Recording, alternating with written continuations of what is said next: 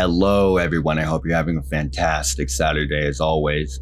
Today we're going to be reading some backwoods creepy true stories from the subreddit that actually is pretty reliable, and I enjoy going on and reading some of the stories that people have to tell. But I hope you do enjoy listening to today's stories as much as I do reading them. And please don't forget to like, comment, and subscribe. Helps me out and it helps the channel out. But as always, thank you for tuning in.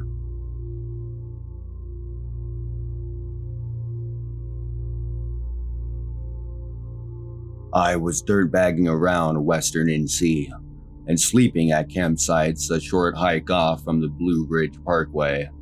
I'm sitting by my fire one night, late, when a guy just steps out of the shadows into the camp and scared the bejesus out of me.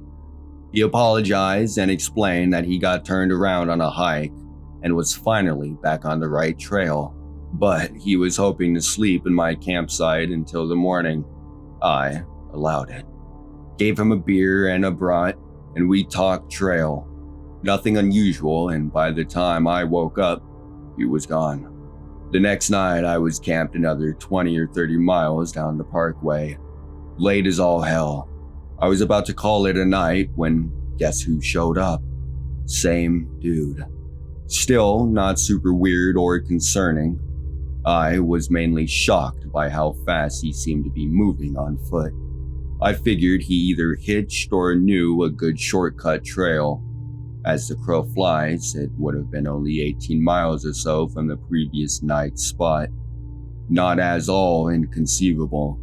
The night proceeded about like the last one before it, and by daybreak, he was gone again.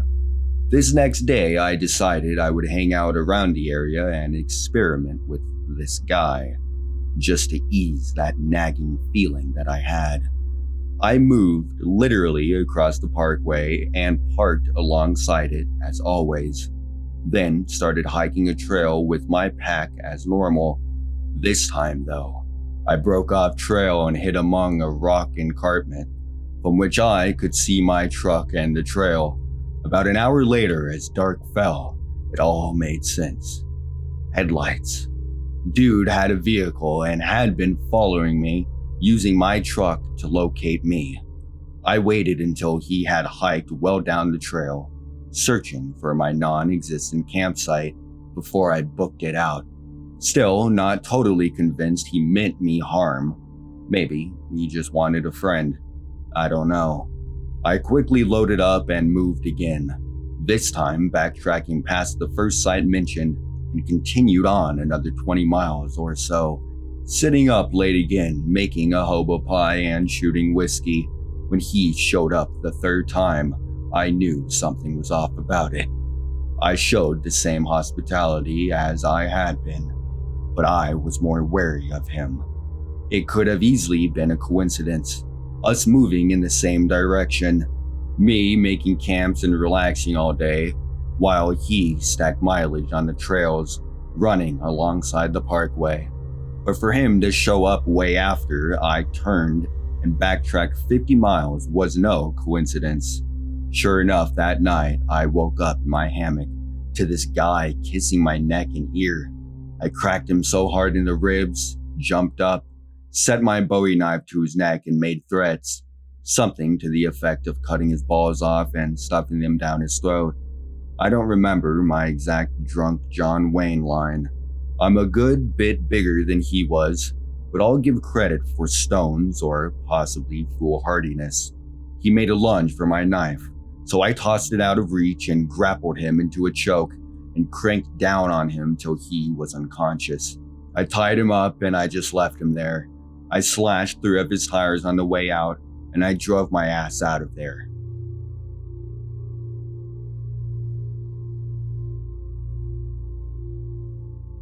I live in the heart of the largest Ponderosa pine forest in the world.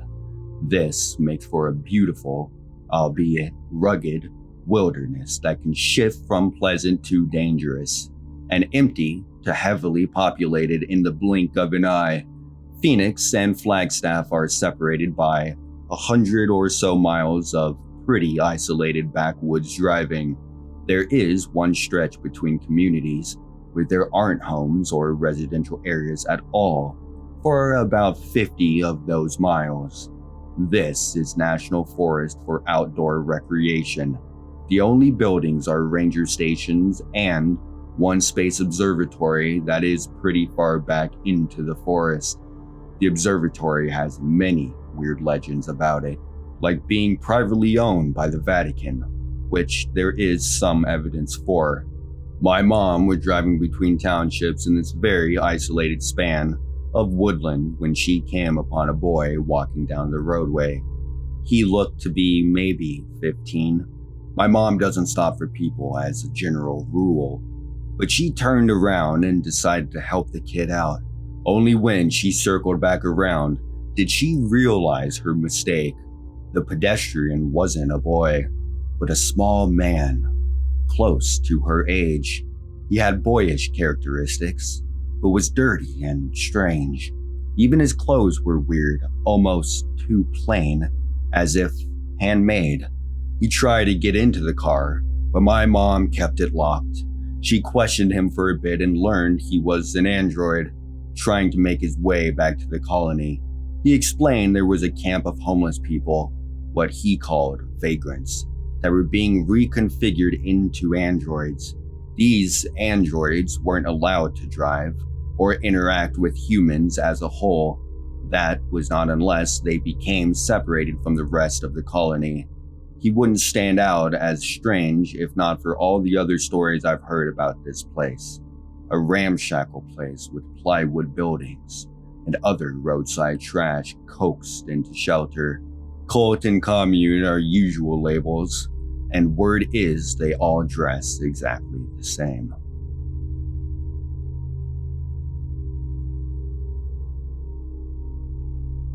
I saw this around 30 or 40 feet off of a hiking trail through a forested area where the entrance to the trail started in a residential neighborhood.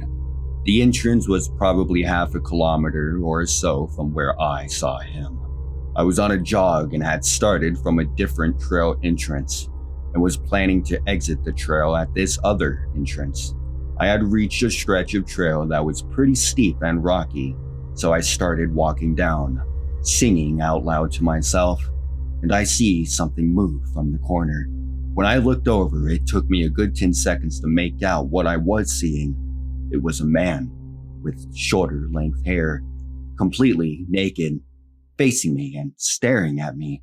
Mind you, it was -5 degrees Celsius outside.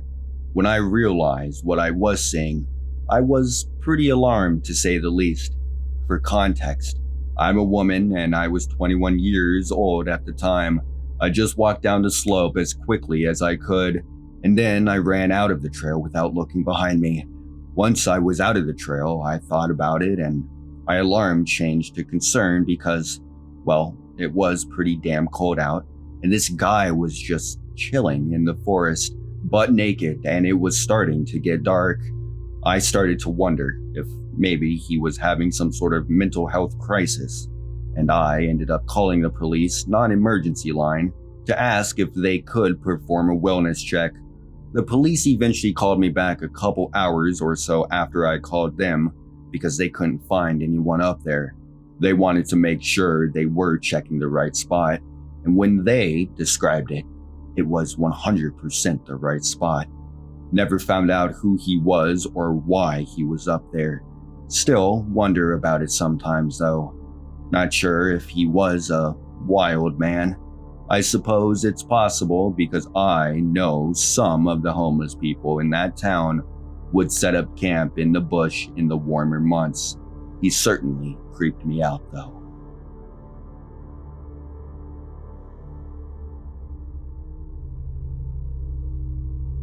My friends and I had this hangout spot in the middle of nowhere that we would go and drink or smoke.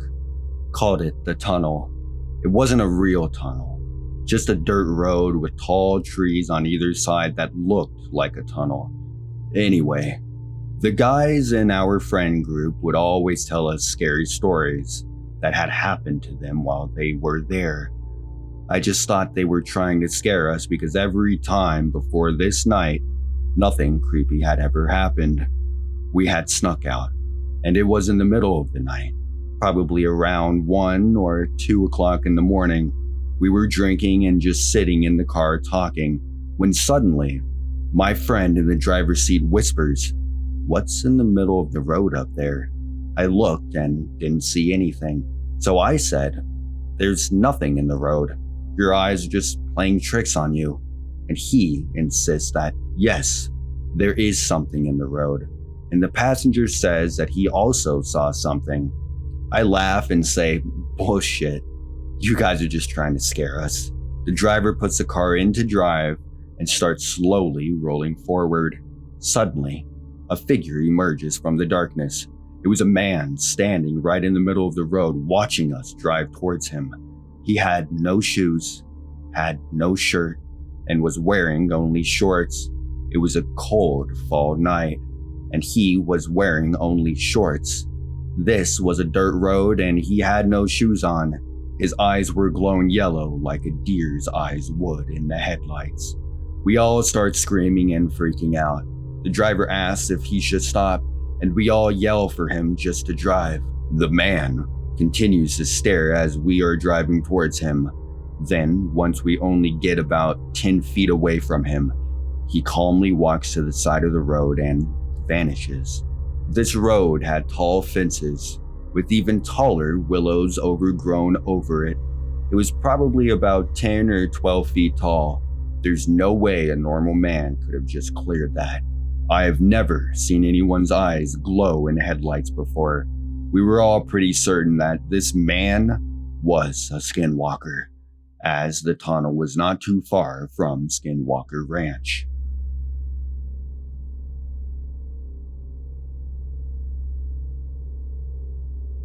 When I was around 7 or 8 years old, I lived a bit north of Spokane, close to a town called Cobert. It was fairly rural and very forested. I remember the neighborhood I lived in was still being developed, and there were lots of trees, lots of dirt, and lots of empty lots yet to be built on. My backyard butted up to a large open field with a very tall power line running as far as the eye could see. On the other side of this field was a huge forest of pine trees. My siblings and I would always go and ride bikes and play back there. Late one fall evening, after my family had eaten dinner, I remember my mom had noticed a fire burning out across the field near the tree line of the forest. She called 911 to report the fire. I remember her getting off the phone and telling us that she said, "Oh, it's probably just someone having a bonfire to burn their leaves. Lots of people do that this time of year." Anyway, we really didn't think much of it after that. A few days later, my sister and I went back there to go play, and we find a completely burnt out car and a bunch of random junk just scattered around the immediate vicinity. Definitely a weird thing to encounter at that age. I also used to ride my bike to school. My elementary school was close enough that I could ride there in about 15 or 20 minutes. Again, my neighborhood was essentially surrounded by pine forests, and I had learned a pretty fun and fast route through the forest, almost directly from my neighborhood to school. One day on my way home from school, I decided to take a trail off my normal route. Don't remember the exact reason. Maybe I was just exploring, or maybe I was just trying to find a shortcut or something. I ended up stumbling upon what appeared to be a makeshift camp of some sort. I just remember seeing a bunch of beer bottles everywhere, and bullet casings and weird cooking equipment, probably meth or maybe moonshine looking back on it, and it looked as if someone had been there very recently, like maybe saw me approaching on my bike and scrambled out of there. For some reason, I just got really bad vibes and didn't hang out around there too long. I remember pedaling out of there as fast as I could. Once I get out of the forest and am turning back onto the main road outside of my neighborhood, I see a white Chevy van turn out of one of those dirt roads from the forest. It was maybe 100 or 150 yards behind me. I hear it accelerating, like a lot, and I'm looking back thinking to myself, this van is accelerating at me. We are heading in the same direction at this point. I start pedaling again as fast as I can. My adrenaline is spiking at this point. This is all happening in the matter of maybe 20 or 30 seconds. I hear the van at this point is so close to me. I end up checking the curb and go flying off my bike, literally over the entire sidewalk, and land in grass pretty much unscathed, albeit extremely shook up. I see the van blast past as I'm still rolling. I get up, run over to my bike, which luckily is also fine, and quickly dip into my neighborhood and ride home, keeping an eye out for that van. I made it home and never saw the van again. I just remember thinking to myself, was that van the person or persons whose camp I stumbled across in the woods? Needless to say, I never went off my normal route to school ever again. Still, to this day, I wonder about who was driving that van and whether or not they were actually trying to hit me or just run me off of the road and scare me. I moved away from that Spokane area in 1997, and it for sure was the weirdest place I ever lived growing up.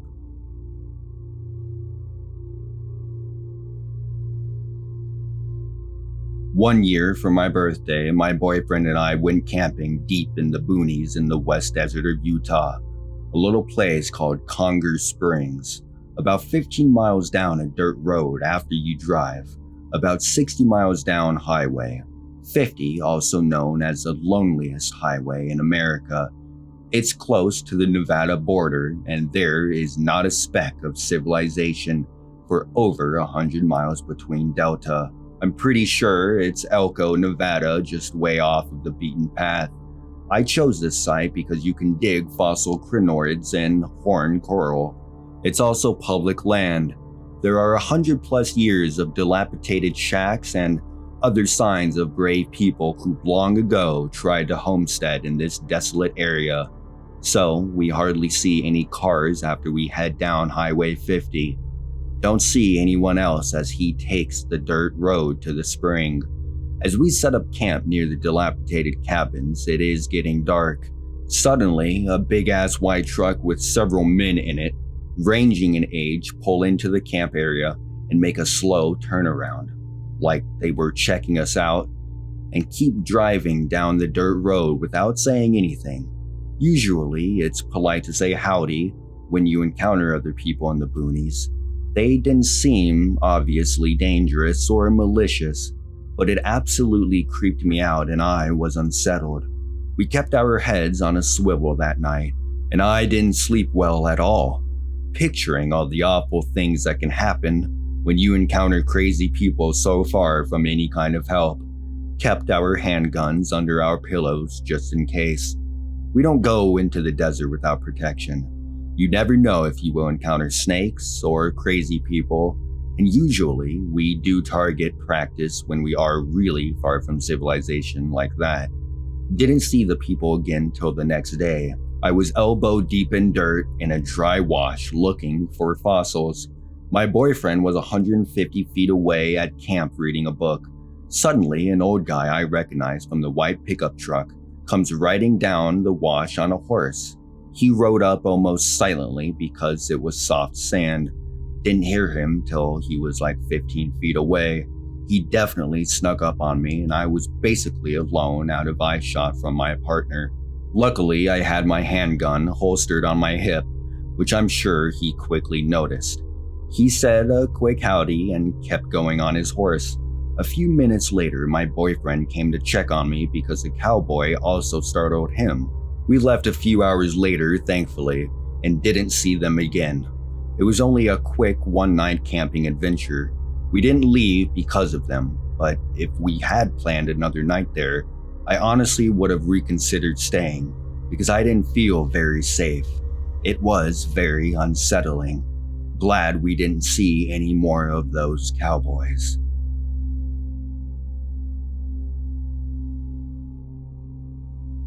Thank you everyone for listening.